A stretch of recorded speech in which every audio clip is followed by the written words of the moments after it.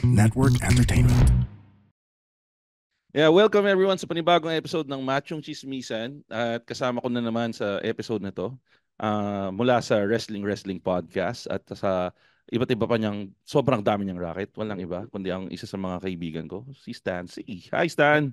Hello, maraming salamat sa pagbalik sa akin dito sa Machong Chismisan Podcast. Stan, grabe, ang alam ko kasi na ang dami nangyayari ngayon sa mundo, nag-aaway mukhang magkakagulo na sa West Philippine Sea and everything. Ang tingin ko kasi diyan, hindi kasi sila mahilig mag-usap ng maayos. Paano kaya sila mag-uusap na magkakabati sila? Ano sa tingin mo? Gusto ko hindi dito tayo nagsimula. Wala tayong foreplay. Wala tayo sa para West Philippine Sea. rekta na kasi pero ano tingin mo? Maayos pa ba yan o hindi? Di ko alam, man. Basta basta West Philippine Sea tayo. 'Di ba? Okay. I will speak for most Chinoys na magsasabi na na West Philippine Sea naman talaga yung tawag dapat diyan. And hindi na a lot of Chinoys hindi naman nila sasabihin na hindi tama yung China ganyan. Hindi naman ganoon kasi dito rin naman tayo pinanganak dito rin naman lumaki, 'di ba? So pero ako kung mag-uusap yung mga yan, ang tingin ko, ang best way to start it off, hindi via handshake. Paano? Best way to start it off, gumawa sila ng manok. Gilit sila ng leeg ng manok, tapos patuluin nila yung dugo dun sa kung saan sila mag-usap. Kumbaga ang tawag diyan superstition ba? Ano ba sa Tagalog ng superstition? Pamahiin. Pamahiin, kailangan magandang pamahiin. Para ano ba yung mga ginagamit na pamahiin dati? Di ba yun nga yung manok, magpakatay ka ng manok, papatuluin mo sa lupa, saka kayo mag-usap. O kaya yung ginawa nung mga katipunero, yung Sanduguan yun, di yung pamahiin, gago. Gago, pamahiin din yun. Ano tingin mo dun? Dugo. Wala, ritual. Gago, di yun pamahiin. Ano ka ba? Parte nila pamahiin yun, may dugo eh. Parang, parang yung mag-handshake ka na, duguan yung kamay mo. O sige, yun? Di yung pamahiin. Infection yun, waiting to happen. Tang ina. O sige, hindi na pamahiin. Kasi bakit hindi tinta ginamit nila, pre? Pwede namang tinta. Bumalik ko trip lang, dugo gamitin natin, pre. Tanungin natin si Andres Bonifacio pag nakausap natin. Pero yon, siguro ganun na lang, mag-usap na lang tayo, pre, kung ano-ano mga pamahiin yung mga nakasanayan natin. Total, ikaw, pare, mas malawak yung kaalaman mo pagdating dito. Kasi, being may Chinese descent ka, pare, kung sa pamahiin at pamahiin, walang tatalo sa dami ng pamahiin ng mga Chinese. Alam mo, agree ako dyan. Kasi tayo mga Chinoy, dami nating mga pamahiin that we grew up being exposed to. Siguro yung pinakasikat, especially this time of year, malapit na, yung tinatawag na Ghost Month. Ay, oo, Ghost Month nga pala. Tatandaan ko kasi na-i-guess namin before si ano pangalan nito? Yung hindi manghuhula tawag sa kanya. Si Master Hans. Si Master Hans! Oh. And Ghost Month din namin siya na-i-guess. Around this time nga. And so ang dami nga pamahiin. O sige, go ahead. Ano ba yung mo sa Ghost Month? So yung Ghost Month, para sa mga hindi nakakaalam, ginaganap to between July and August. Kasi yung pinaka-focus nun is yung lunar calendar, kung ano yung July 15 na equivalent date sa lunar calendar na pabago-bago every year, di ba? Tulad ng Chinese New Year, iba-iba yung petsa niyan sa Gregorian calendar. Sorry, Stan. Hindi ko alam kung dahil Chinese looking ka lang. Pero pag kinikwento mo, naniniwala talaga ako. May credibility. Sabi ko, parang pwede ka nang pumalit kung mawalan ka. So wag naman sana. Mawalan ka ng karir sa WWE saka sa PBA. Pwede kang magkabit din ng billboard na parang si Master Hans. Tingin ko maraming bibili, pre. Maghawak ka rin ng malaking pizza pie. Tingnan natin kung marami tayong magogoyo. Uy, di nang gogoyo si Master Hans, ha? Hindi namin sinasabing nang gogoyo. Hindi namin sinasabi na nang gogoyo si Master Hans. Baka ako yung manggoyo sinasabi ko. Sige, anyway, tuloy mo, sorry. So yung July 15 na yun sa lunar calendar, yan yung tinatawag na yung Hungry Ghosts. Yun yung araw na lumalabas yung mga kaluluwa ng mga yumao, di ba? Kumakain sila, nagugutom sila eh. So during that 1 month, yan yung Hungry Ghost Month. Kaya siya Ghost Month. So sinasabi nila during Ghost Month, hindi swerte kapag mag-start ng business. Hindi lang mag-start ng business, you do anything huge. Kunwari, bibili ng bahay, magpapakasal, pipirma ng dokumento, magsa-start ng business, lahat ng mga malalaking life-changing na bagay, wag mong gagawin pag Ghost Month. Ito pare, nung dati, yung Ghost Month, tinatawanan ko lang, what a big superstation, kagaguhan lang yan. Ang ina pare, nag-attempt ako ng radio comeback during Ghost Month. And look what happened to my radio career. Totoo to. Hindi ako nasa AM ka naman ngayon. Sa AM ka ngayon, Brad. Magandang pa rin yan. May radio career ka pa rin. Pero tangina yung nangyari sa radio career ko nung 2022 kasi no disrespect dun sa kumpanyang nag-hire sa akin or sa manager ko at the time. Pero putang ina, alam mo yun, nag-agree ako the night before yung pinaka July 15 sa Chinese calendar. Sabi ko sa tatay ko, kailangan na ng sagot eh. Sabi, hindi ba pwede next month na lang? Sabi ko, paano ko sasabihin na next month ko na lang sasagutin? Kailangan na ako.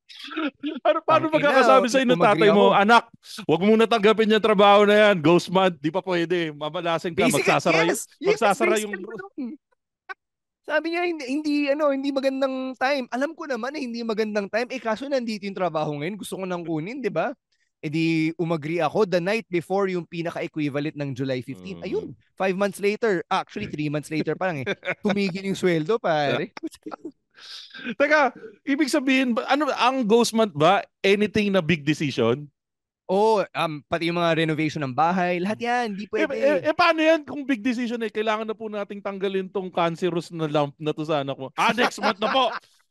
Baka kasi mamatay yung anak ko. Next month na po natin tanggalin tong malaking bukol sa pangako ha.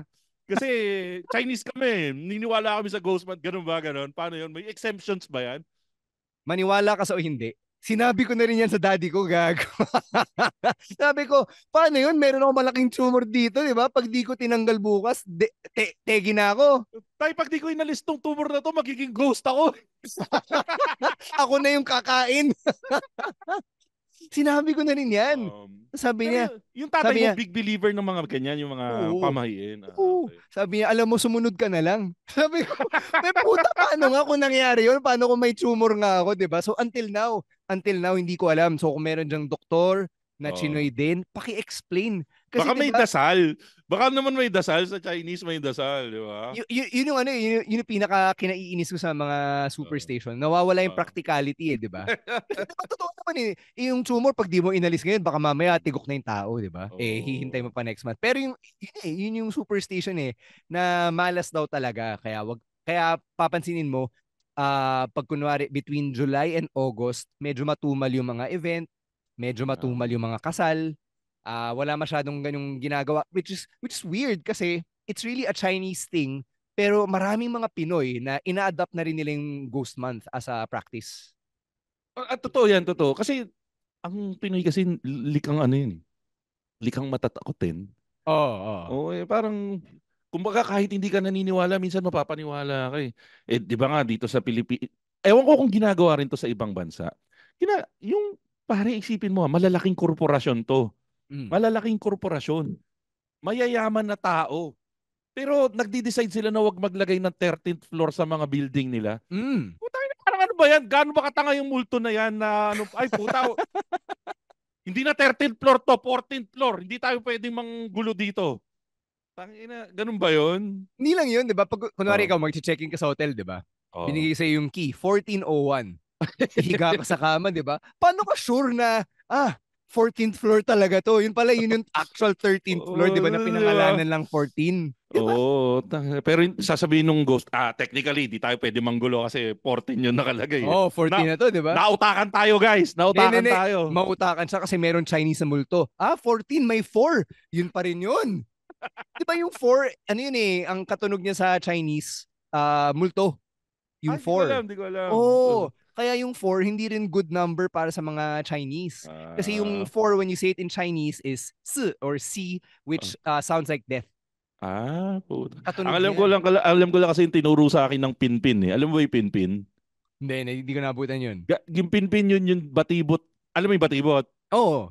Yun yung batibot na Chinese. Alam mo ba nung sinaunang panahon, tinitraining na kami for Chinese invasion dahil merong batibot na pang Chinese. Kasabay nung Chinese cooking show sa sa IBC. Pagkatapos ng Chinese, Channel 2 yun. Channel 2. Merong Chinese show din sa Chinese movies tuwing Saturday sa Channel 2. Pagkatapos nun, Pinpin. Tapos doon kami tinuruan kung magbilang ng cheat. ng sasigo. Oh, Yung 'di mga ba? 'Di turo ba? sa amin doon. Hook yun. Hook yun yung bilang ni Makoy doon, 'di ba? So, 'di ba Yun, yung C, yun yung number 4. Yung nga yung sinasabi nila na hindi rin maganda, kaya uh, iniiwasan din.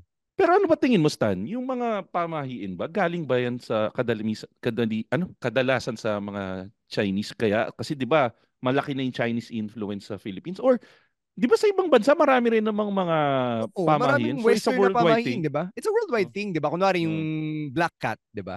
Yung Black Cat, oh. Western 'yun. Or yung wag ka Mm. maglalakad sa ilalim ng Hagdan. ladder, 'di Oo. ba? Kasi Western tatalunan din ka 'yun. ni Jeff Hardy. Ay, di ba? Hindi ba? Hindi ba? Yung ano pa ba, yung mga western, yung pag yung mirror nabasag, 'di ba? 7 years of bad luck. Oo. So Yun that's yung mga also western. pero mga social na, yan yung mga social na social na pamahiin. Hindi katulad ng mga pamahiin dito sa Pilipinas. Ang mga pamahiin dito sa Pilipinas, huwag ka matutulog ng basa ang buhok, lalabo ang Oo, mata mo or lalabo yung mabubulag mata ka. mo. Eh, Yung pinaka ano, tingin ko ang origin yan, may isang nanay na pissed off lang eh. Na putya naman, no, natulog ka na naman ng basa ang buhok, mag-aamoy kulob na naman yung unan. Ganun ang mm, tingin kong origin yan eh. Na yung sasabihin ko lalabo yung mata niya. Di ba? ako yung pinaka kinaiinis ko na superstition, yung pag kunwari nakain kayo, 'di ba? Tapos may Kakain. aalis. Tapos Ayaw. iikutin mo lahat. Lahat ng plato, lahat Oo. ng baso, lahat ng bilog. Puta, ultimo Kasi lazy Susan, iikutin mo rin eh. maaksidente. Maaksidente ba Or ang parang para mangyayari? babalik siya. Para Para makakabalik ng babalik. buhay or something. Yun yung Oh. yun yung pagka-rationalize ko Pare, ang tindi ng escalation Aalis lang pero ikot natin yung plato para makabalik ka ng buhay. Pupunta ka bang gera? Putang ina yan. Ang nakakabwisit dyan, so kakain kami, di ba? Family namin Oh. kakain. Tapos may isang Oh. aalis, una na ako, Oh. bye-bye. Ikot, Iikutin na. ikot Alam mo yung, plato. gusto ko muna sumupo. Tangin na, gutom ako eh. Masarap yung kinakain ko, di ba? Pero hindi, kailangan mo ikutin. Tangin na, Oh. iikutin mo lahat. Ultimo baso, ultimo lazy Susan. Pati yung yung bilog na lalagyan ng gamot, kailangan ikutin Oh. mo. Pa, sa school lang ako pupunta. Di ako pupuntang Marawi pa. Makakabalik naman ako buhay pa. Ginawa namin dati, inasar ko yung nanay ko. Miski naka-display, inikot ko Hmm. eh. Yung, di ba sa bahay natin may mga nakastack na plato, inikot ko lahat yun eh. Agka. Napagod lang ako, pero na bad trip sa akin nanay ko. Pero, putay na. Takin na mga trip yan, no? Ano pa ba yung mga gusto mo mag-showdown na lang tayo ng Chinese and Filipino, Kasi ako, ang isa sa mga natatandaan ko na superstition na ito, medyo napatunayan ko ng slight. Yung Mm. sa burol, Mm. pag nag-attend ka ng burol, bawal ka mag-uwi ng kahit ano doon sa Yes. burol. Yes. Kasi pero tingin ko ginawa lang din 'yon para hindi mag-uwi yung mga gahaman ng pagkain doon eh. Yun yung nasa way of thinking Yung mga ko. PG. Yung mga PG kasi puta uwi ako ng extra. Pero ito nangyari to, yung pamangkin ko, nag-attend Oh. sila na isang burol. Hindi namin alam, nagbulsa siya ng candy. Kasi Oh. bata eh. Hindi naman siya Malay ba PG. niya? Trip niya. Pag-uwi, pre, may lumipad na malaking bato sa windshield nila. Putong inong yan. Hindi binato As in, may dumaan na truck, nasagasaan yung bato, lumipad sa windshield nila. So Ina sabi na ko, yan. parang, sige, hindi na ako mag-uuwi hindi na ako mag-uuwi ng kahit ano galing sa burol. Ito. Universally na sinusunod dito sa Pinas. Yung pagpag. Di ba? Sinabi mo Ay, na rin yung oo, burol. Di ba? pagpag, Yung pagpag. oo. Napakalaking pamahiin nun, di ba? Na pagpupunta ka sa burol o sa lamay, kailangan dadaan Dadaan ka ka muna sa ibang somewhere. lugar bago ka umuwi. Di ba? Oo. So, ako iniisip ko rin, di ba? Parang logically, ano yun? Kung merong multo, hindi siya umuwi sa bahay. Sige, dito na ako sa 7-Eleven, di ba? How does that make sense? Gagi, offensive yun para sa multo. Kasi sabihin mo to, ganito ba ako, tanga? Nandito na lang ako sa 7-Eleven habang buhay. Sabi nga nung joke, kilala mo si Alex Calleja, di ba? Isa sa mga jokes niya na parang kung ang pinakamaraming multo na lugar daw sa buong Pilipinas, 7-Eleven. Nandun daw lahat. Doon ang kulungan ng mga multo sa 7-Eleven. Di lang yung multo yung ginagago mo eh. Ginagago mo rin yung mga business owner, di ba? Kunwari, pupunta kang restaurant, di ba? Sasabihin mo sa may-ari ng restaurant, we bring death, di ba? Sige, dito ka kakain, bibigyan kami ng pera, pero pati yung multo, dala-dala namin, di ba? Kayo na bahala sa multo namin. Di ba? Actually, itong multo na to, close friend ko to, nanay ko to eh. Ayoko lang sumunod siya sa bahay namin, kaya dito namin iiwan to. Di ba? Parang when you think about it, parang sinusunod natin lahat, pero nakakagago siya. Pero isipin mo yung feeling ng multo Parang hindi pa ako good enough na sumama sa bahay mo, iiwan mo ako dito sa 7-Eleven. Akala ko ba mahal mo ako? Nanay mo ako eh. Pero ba't mo ako pinapagpag dito sa 7-Eleven? Pero yun ba No, yung paniniwala? Yung kaluluwa ba nung namatay o any random na kaluluwa? ako ang pagkakaturo sa akin, some random kaluluwa na So alam okay mo walang lang, ginagawa. okay lang. Oh, Parang, I guess. ate, sorry. Baka kasi yung katabi nating kaluluwa yung sumama, so dito na lang kayo. Oh, Okay. 'di ba? Or parang yung kamamatay lang na kriminal, 'di ba? Baka sumunod sa akin, 'di ba? Mamamatay ko pa. Tapos yung kamag-anak ko, understood, okay lang, okay lang. Ano ba Oh, naman okay yung lang, sige. ano ba naman yung 3,000 na multo na kami dito sa 7-Eleven? Kaysa isama mo ako sa bahay. Okay lang yan, okay lang. Pati Understood. yung pag-aalis ka ng lamay, bawal ka magbabay dun sa mga namatayan, 'di ba? Ay, bawal ba?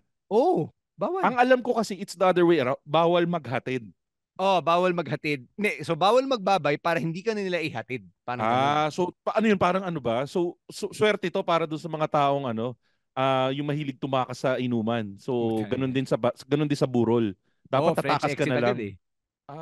Okay. So ganun pala dapat. French exit. Puta, social French exit. Social. Sa amin, eskapulang yan eh. Oh.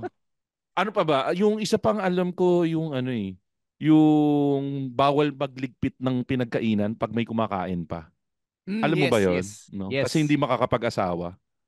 So, hindi ko maalala yung yung dahilan kung bakit ganun, pero narinig ko na yun, pero hindi ko rin siya sinusunod. Lalo na ngayon na nag-move out na ako, may sarili na kami place ng wife ko. Pag tapos na, ligpit na, bahala ka na kung kumakain ka pa. Sa akin, hindi ko pagliligpitan yung asawa ko kasi sabihin ko sa asawa, pag namatay ako, hindi ka pwede mag-asawa ulit ha. Ako lang habang buhay. So, lagi kitang hindi pagliligpitan para hindi ka na makapag-asawa. Yung bawal magpagupit sa gabi, sinusunod mo ba? Hindi. Ano bang may mamamatay ba pag nagpagupit ka sa gabi? Hindi ko rin maalala, but when I was younger, sinasabi rin sa akin na bawal magpagupit pag gabi, parang malas daw or something. Na as I got older, puta, gabi lang ako may oras magpagupit di ba? Paano kung Yun may nga trabaho eh. ka? Di Tangina, di ba? ba? Yung nag-imbento ng rule na yan, pre, walang 9 to 5 job. Oo, walang day job. Tambay yan, tambay. Putang ina, umaga lang ako magpapagupit. Paano may trabaho kami? Oo. Tangina, traffic pa. Hirap-hirap pa gano'n eh. Yan lang ang oras ko. Pero tingin ko nga walang trabaho yung nakapag-imbento ng rule na yan. Usually Pero ito, mga tita na nasa bahay all day. Do you feel lost, doubting yourself, and tired? You question your worth and existence? Well, I'm here for you. Hey, this is Gailey Chavez, and I'm the host of Free Yourself Podcast. My podcast talks about self-love, self-discovery, and growth. This is for everyone who wants to live their fullest life and become the person that they could be. Let me help out and remind you that this is your life, your path, that you are not broken, and you are worth it. Catch me every Friday at 8 p.m. See ya! ito tingin ko yung dapat na superstition na dapat itigil na. Itong susunod ko. Kasi posible yung magpapalaway ka pag ilalawayan mo yung tiyan nung bata pag nausog mo. Alam mo ba 'yun? Hindi ko to alam. Paano nausog? Kunwari, nabangga mo yung bata? Hindi. Parin, medyo disappointed ako sa knowledge mo sa superstition kung ito di mo alam. Ito yung basic. Oh. Yung usog is yung bata na parang nagkakasakit siya palagi dahil sa presence mo. So kunwari ikaw, first time mo na-meet yung, halimbawa may pamangkin ako. Ikaw yung first time niya na-meet. Tapos after kanya meet, naging sumakit yung tiyan niya and everything, naging sakitin siya. Ibig sabihin, nausog mo siya. Okay. So ang way para matanggal mo yung usog is didilaan mo yung dila mo. Ay, didilaan mo yung dila mo. Didilaan mo yung daliri mo. Tapos magko-cross ka doon sa part na masakit. So kung tiyan yung masakit, paa yung masakit, kamay yung masakit or anything, magko-cross ka ng laway. Yeah, that's kind of weird. Ay, seryoso pre, doon ka pa na-weirduhan? Hindi ka na-weirduhan masyado doon sa pag-ikot ng plato? Gago, ito medyo weird kasi hahawakan mo yung katawan ng ibang tao eh. Alam mo yun? Paano kung yung masakit nasa puwet? Alam mo yun, parang violation yun ng bata Yun nga, eh. Kaya, hindi, in fairness naman, hindi naman rekta eh. Pero pwede naman siguro yung duduraan. Lalawayan din naman yun. Pero yun nga, dapat itigil na to. Pero may ano yan may counter. Kasi, di ba, may instances na hindi mo na makikita yung tao. Kasi first time, kunwari ikaw, dumalaw ka lang sa bahay, tapos nag-abroad ka na. Ang labo naman na pabalikin kita. Ang isa pang papakuluan yung damit. Tong inang yan. Oo, yan yung isang pamahiin na medyo para sa akin kailangan na i-retire. Yung good pamahiin in the sense na it's supposed to attract yung swerte, 'di ba?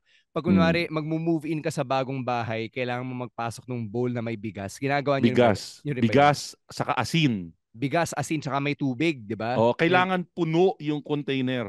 Yes. Sa inyo ba puno pa dapat? Puno. Oo. Para ligliga tumaapaw daw.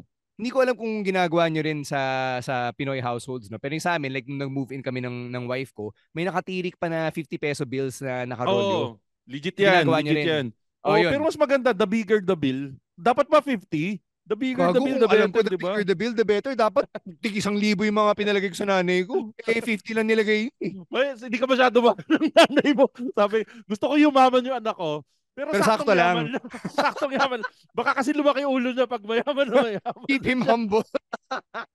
para mag-effort pa rin. Para magtrabaho pa rin siya ng mahusay.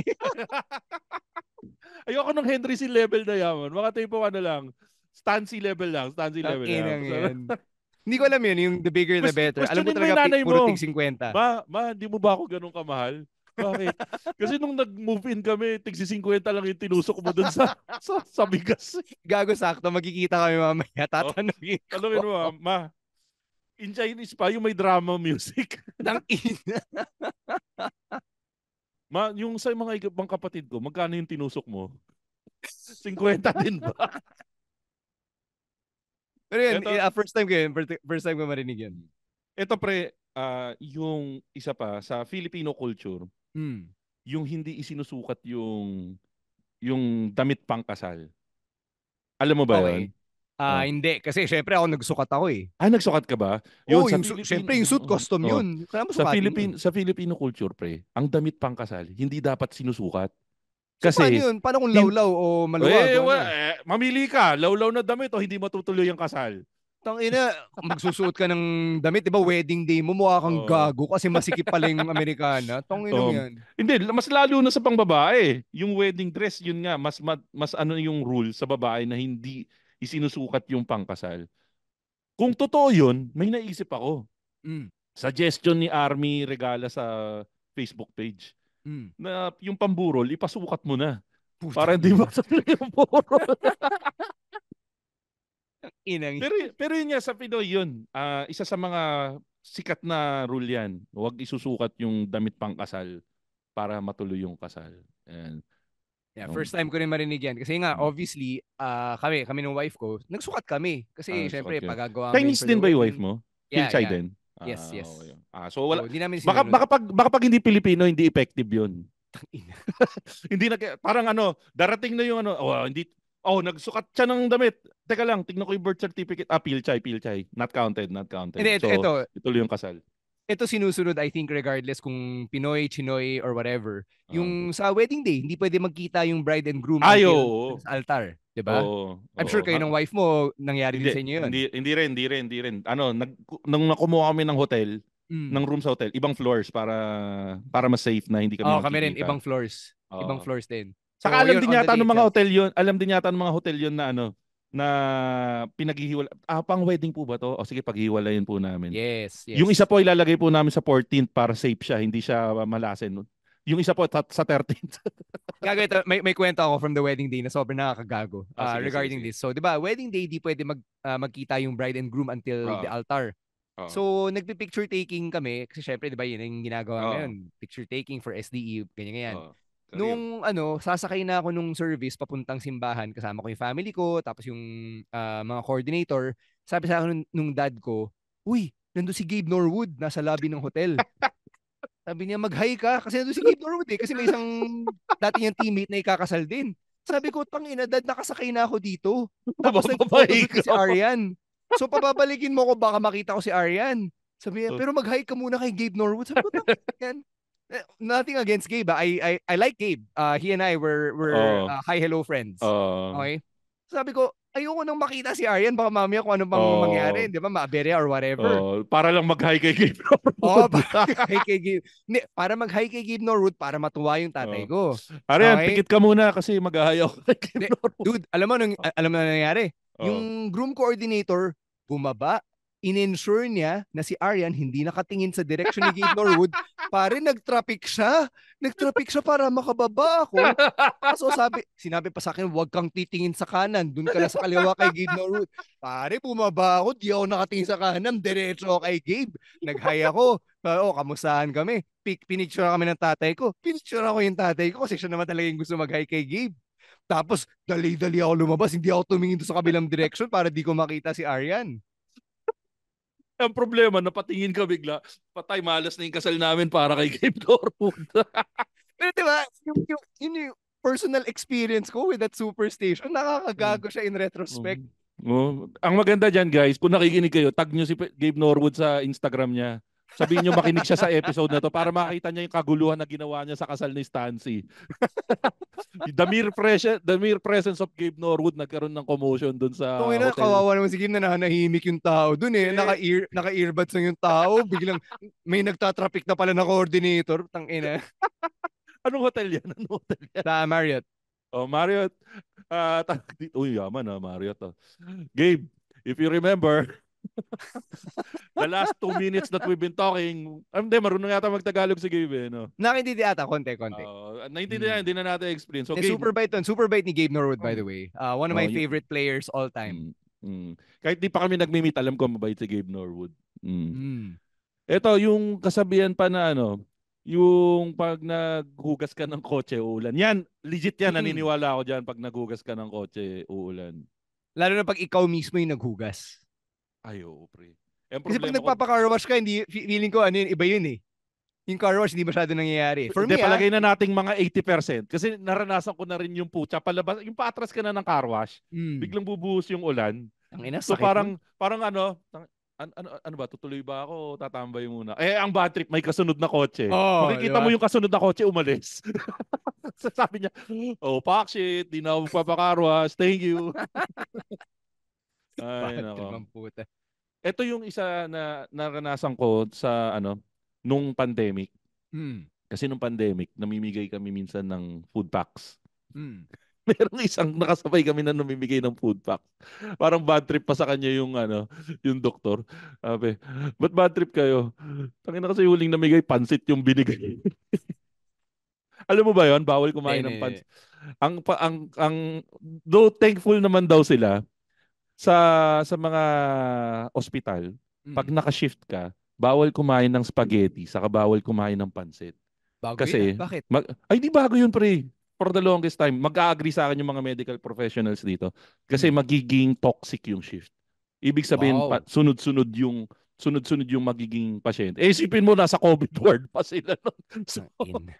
So, kung magbibigay kayo ng pagkain, alam ko, too late na to dahil tapos na yung pandemic. Pero if ever na magpapadala kayo, gusto nyo mag-thank you sa mga doktor nyo, naalagaan kayo or something. Or jowa mo, doktor, magpapakain ka. Huwag kayo magpapadala ng Ambers. Okay. Iba na lang. Kanin and everything. Pero wag TIL. Today I learned. Yan. It was, you were today years old when you know. Oo. Pero meron tayong mga ginagawa na, may mga ginagawa tayo na superstition na minsan ginagawa na lang natin para for safety. Kasi hindi naman gano'ng kahirap. Katulad nung pagkatok sa kahoy, knock on wood. Ikaw ba niniwala ka sa knock on wood na ginagawa ko na lang din para lang walang mangyari na yung mga di oras din. Parang safety na lang eh. Parang yung pagsabi ng tabi-tabi po. Ikaw nagtatabi-tabi. Meron ba sa Chinese na tabi-tabi po? Wala, tabi-tabi po lang din para sa mga Pinoy, 'di ba? So, yun nga, 'di ba, raised into cultures, Pinoy and Chinoy. So, kunwari yung pagbata ka, ihing-ihi ka na, 'di ba? Wala ka na ibang maiihian. Di magtabi-tabi po ka na lang. So, yun, tinuturo din naman sa amin yun. Walang Chinese version yun na, ano ba Chinese ng tabi-tabi po? Ano ba yung Chinese na nuno sa punso? Di ba? Wow. Pero pag kunwari lang pinadirect translate ko sa yung tabi-tabi po. Anong direct translation nun? Ano yung tabi? Tabi. Hindi ko talaga alam. Wala nga. Pero merong Chinese translation yan. Hindi mo lang alam. Oo. Kasi fake Chinese ka pala. Gago. Buti na yun kaysa fake Pinoy. Oo, pwede na yun. No? Yung birth certificate mo naman on time, pre. On time. Oo, on time. Galing Di ka PSA pa nga eh. Hindi, may PSA yung... Ay, puta, ibang PSA yun nasa isip ko. Gago. Ay, no. Pero ito, yung isa sinasabi, wag daw maliligo 9 days after manganak. Alam mo yun? Alam ko yun. And hindi ko rin magets bakit. Napaka-unhygienic nun eh, di ba? Kung tingin mo na hygienic yun, ito ang pinaka-hardcore na pamahiin na alam ko. Yung unang regla ng teenager na babae, ipanghihilamos mo. Putang ina. Sino yung putang ina nakaisip niyan na tangina, niregla ako. Pamahid ko kaya sa mukha ko to para hindi ako tigyawatin. Sinong unang nag-trip nun, pre? Actually, ikaw, ano sa tingin mo ang history ng niregla yung anak ko, ipapahilamos ko sa kanya yung unang hilamos na yun. Putang hindi ko rin maintindihan, di ba? Paano pumasok sa isip ng tao na, sige, ipanghihilamos mo yung niregla, di ba? At imagine mo, kung sino yung unang tao na niwala doon. Sino yung mas bobo? Yung nakaisip o yung unang sumunod? Sinong mas bobo? Yung nakaisip na ipamahid yung ipanghilamos, yung unang regla, at yung sumunod naniwala. Oo nga, no? Diba? Tangina, ipamahid natin at ipamahayagi natin sa mga susunod na henerasyon natin. Medyo, alam mo, medyo bobo tayo as a race na humaba yung pamahiin na yan hanggang sa panahon natin ngayon. At kung meron pa rin 2024, meron pa rin ginagawa nun eh, di ba?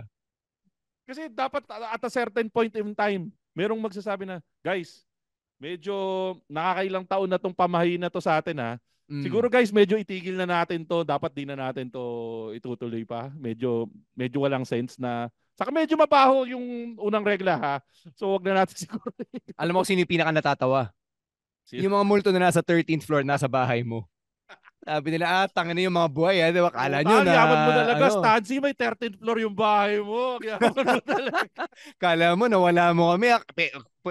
Kesyo nagpagpag ka, puta, ikaw, naghihilamos ka nga ng regla eh. Tangina nga. Akala mo mga tanga kami, naiwan kami dito sa 7-Eleven. Mas tanga ka kasi pinanghilamos mo yung regla. Stancy, dito na natin tapusin to. Ano yung mga show na ipopromote mo? Ano ba yung mga gusto mo i-promote, Stan?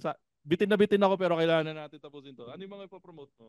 Alright, promote ko syempre the longest running weekly episodic Filipino wrestling podcast, the Wrestling Podcast. Kabatch po ito ng Machong Chismisan, both in year 10. So kung mahilig kayo sa pro wrestling, mapa WWE man, or even yung local scene or yung mga companies na nasa labas ng WWE, yun, pinag-uusapan namin yun. 5 episodes a week po sa Spotify, Apple Podcasts, or wherever you get your podcasts. At syempre, pinag-usapan din natin yung mga pamahiing Chinoy. And if you are a Chinoy na gusto mo pag-usapan yung mga topics na ayaw pag-usapan ng mga mommy at daddy ninyo, ayun, pakinggan natin ang Now Steaming at Chinoy Podcast.